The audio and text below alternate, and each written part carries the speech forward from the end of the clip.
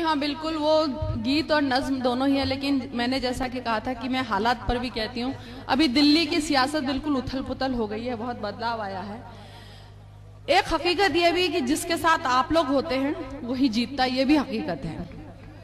तो एक बात कहने की कोशिश की है, सुना है कि सियासत में बहुत बदलाव आया है, अभी जाकर तो लोगों में जरा सा ताव आया है। क्या कहना, वाह वाह वाह वाह।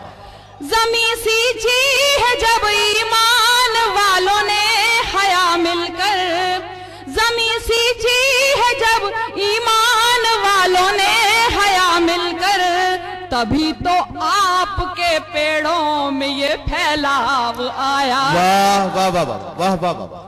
और एक बात और ये भी कहते हैं कि ये भी कहना चाहूंगी कि वो लोग जिंदा रहते हैं, मरते नहीं कभी, दुनिया के जालिमों से जो डरते नहीं कभी, जो फूल अपनी शाख से करते नहीं दगा, जो फूल अपनी शाख से करते नहीं दगा, आवारा हवाओं में बिखरते नहीं कभी, जो फूल अपनी शाख से करते नहीं दगा, आवारा हवाओं में बिखरते नहीं कभी। और कुर्सी से तो एक रोज उतरना ही था इन्हें, कुर्सी से तो एक रोज उतरना ही था इन्हें, दिल में जो बैठते तो उतरते नहीं कभी, दिल में जो बैठते तो उतरते नहीं कभी।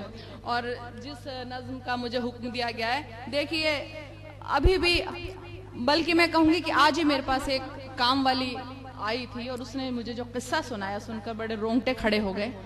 अभी भी औरतों के साथ जो कुछ हो रहा है, जितने भी वाकयात हुए, चाहे दिल्ली से लेके अभी तक, चंद रोज पहले अभी मुंबई में भी बहुत आम आ गया है, बोरीवली में चलते रिक्शे में किसी लड़की को खींच लिया जाता है, अंधेरी जोगेश्वरी में बस में बदतमीजी कर दी जाती है, घरों में बच्चियां महफूज है। तो मैंने एक बात कहने की कोशिश की है, उससे पहले मैं एक कथा कहना चाहूंगी कि बुराइयों की जड़ क्या है, कि हमारे मुल्क में उरियानियत अब रक्स करती है।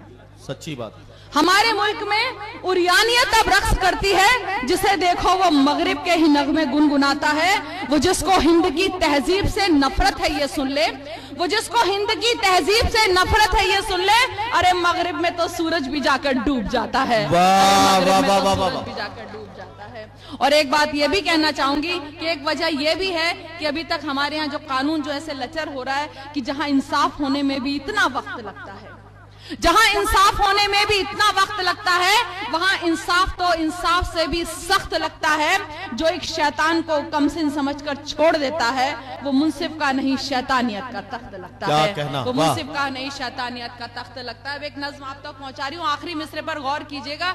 हर बात के जिम्मेदार हम सियासतदान को, कानून बनाने वालों को, पुलिस वालों को ठहरा देते हैं। अब सुनिएगा, और वो भी तब जब महिलाएं, औरतें यहाँ पर एक से एक बढ़कर काम कर रही हैं, कदम मिलाकर चल रही हैं, कंधे से कंधा मिलाकर चल रही हैं, ऊंचे ऊंचे ओहदों पे हैं। तब सुनेगा, एक बात कहने की कोशिश की है, पूछ रही हूँ हिंदुस्तान की ताकतवर महिलाओं से, पूछ रही हूँ हिंदुस्तान की ताकतवर महिलाओं से, दौलत सत्ता और सियासत के इलाकाओं से, कब तक औरत की इज्जत सड़कों पर लूटी जाएगी, एक बच्ची घर में अपने महफूज नहीं रह पाएगी। भूल गए हम हिंदुस्तानी हर तालीम शराफत की, सीख रहे हैं मगरिब की हम ABCDEFG, अब ना कोई शर्म रही रिश्तों में और ना मर्यादा, बेटी को लूटे वालिद और पोती को लूटे दादा, और बहन पर भाई की नजरों के चलते वार हैं, इस सारी बेशर्मी के हम खुद भी जिम्मेदार हैं, सारी बेशर्मी के हम खुद भी जिम्मेदार हैं। और हिंदी, उर्दू, इंग्लिश, किसी लफ्ज में कोई फर्क नहीं किया, बस मैंने एक बात कहने की कोशिश की है, ये वो धरती है जिसमें औरत को कहते हैं देवी, आज मगर इस देवी की खुद भक्तों ने इज्जत लूटी। जिस भारत में गंगा है मैया और गाय माता है, आज वहाँ एक बेटा खुद अपनी माँ को मरवाता है। गांव शहर हो, होटल हो, मंदिर हो या स्कूल हो, हर जगह भद्दे फिक्रे क्या माल मस्त हो, कूल हो, इससे भी बढ़कर भद्दे अल्फाज सुनाई देते हैं। बेटे तक अब अपनी माँ को हाय डियर कहते हैं, ये कैसी तहजीब शराफत, कैसे शिष्टाचार हैं, इस सारी बेशर्मी के हम खुद भी जिम्मेदार हैं, इस सारी बेशर्मी के हम खुद भी जिम्मेदार हैं। अब केवल अनजान नहीं अपनों से भी डर लगता है, चाचा ताऊ मामा अब केवल अनजान नहीं अपनों से भी डर लगता है, चाचा ताऊ मामा मौसा जीजा तक से खतरा है। उम्र कोई भी हो केवल बस औरत होना काफी है, जिसको देखो नीयत खोटी नजरों में नापाकी है। हर रिश्ता एक दाग बना है, खून हुआ है अब पानी, ये तो सब होना ही था जब साथ नहीं दादी नानी। टूट रहे परिवार यहाँ अब बच्चे तन्हा रहते हैं, नौकर और पड़ोसी की सब ओछी हरकत सहते हैं। हर जगह सयाद खड़े हैं और कलियां लाचार हैं। इस सारी बेशर्मी के हम खुद भी जिम्मेदार हैं। इस सारी बेशर्मी के हम खुद भी जिम्मेदार, क्योंकि बच्चियों को तो नहीं कसूरवार ठहरा सकते कि इन्होंने ऐसे कपड़े पहने हैं और इन्होंने कोई वल्गर बात की है। अब देखिए मैं वजह बता रही, सुनिए। इस सारी बेशर्मी के हम खुद भी जिम्मेदार हैं। फिल्में हो, मोबाइल हो या के फिर इंटरनेट हो, नॉन वेज मैसेज चलते सब चाहे वल्गर चैट हो। ये कैसा मैनर कल्चर, एडवांस हुई एजुकेशन, कम कपड़ों में फख्र करे, गाली देना माने फैशन। फिल्मों से लेकर खबरों तक सिर्फ मसाले बिकते हैं, जिस्म जले एक औरत का तब इनके चूल्हे जलते हैं। औरत को एक चीज बना बाजार यहाँ पर सजते हैं, इनको देख जवां होते बच्चों में मुजरिम पलते हैं। सब दौलत शोहरत की खातिर बिकने को तैयार हैं। इस सारी बेशर्मी के हम खुद भी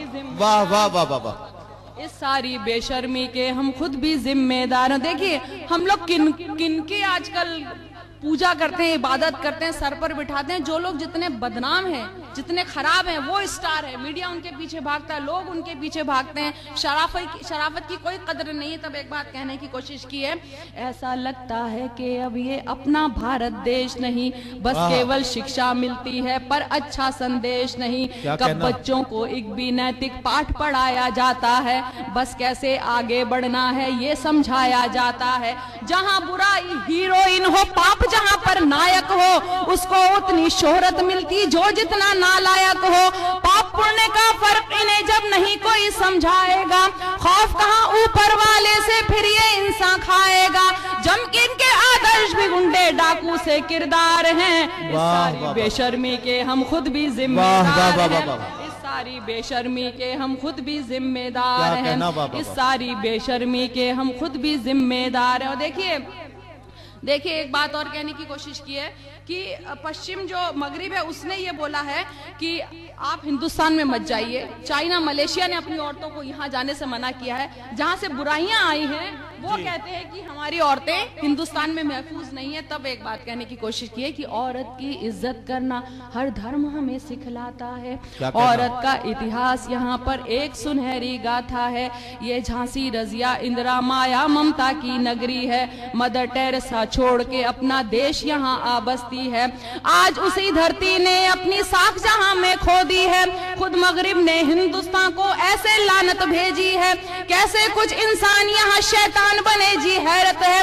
सख्त नहीं कानून यहाँ, क्या नेता भी बेगैरत है। क्या रातों में सोई रहती पुलिस और पहरेदार हैं। इस सारी बेशर्मी के हम खुद भी जिम्मेदार हैं। इस सारी बेशर्मी के हम खुद भी जिम्मेदार हैं। और देखिए इकबाल साहब की एक शेर को थोड़ी सी तरमीम के साथ पेश कर रही हूँ। और अब जो दो बंद हैं आखिरी के, वो इसमें मैंने एक हल बताने की कोशिश की है, इलाज बताने की कोशिश की है। इरशाद। संभल सको तो अभी संभल लो अगर संभलना आता है। याद मुझे इकबाल साहब का शेर ये अक्सर आता है, अपना संभले तो हिंदुस्तान वालों तुम मिट जाओगे, दुनिया की तारीख में अपना नाम कहाँ लिखवाओगे।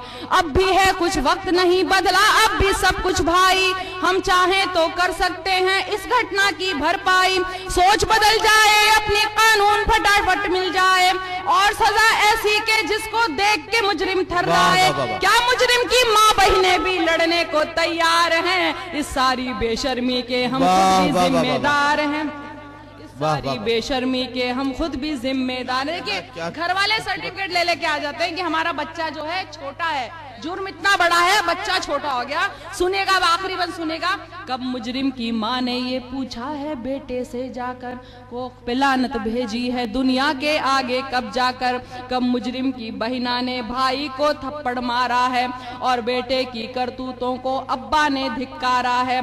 जब तक इनके घर वाले न सबक इन्हें सिखलाएंगे, सरे आम जूते मारे उरिया करके घुमवाएंगे। क्यों और भी कानून यहाँ पर नहीं चलाया 7 दिनों में मुजरिम फांसी पर लटकाया जा सकता। जब जनता है राजी फिर क्यों काजी जी बेजार हैं। इस सारी बेशर्मी वाह वाह वाह वाह।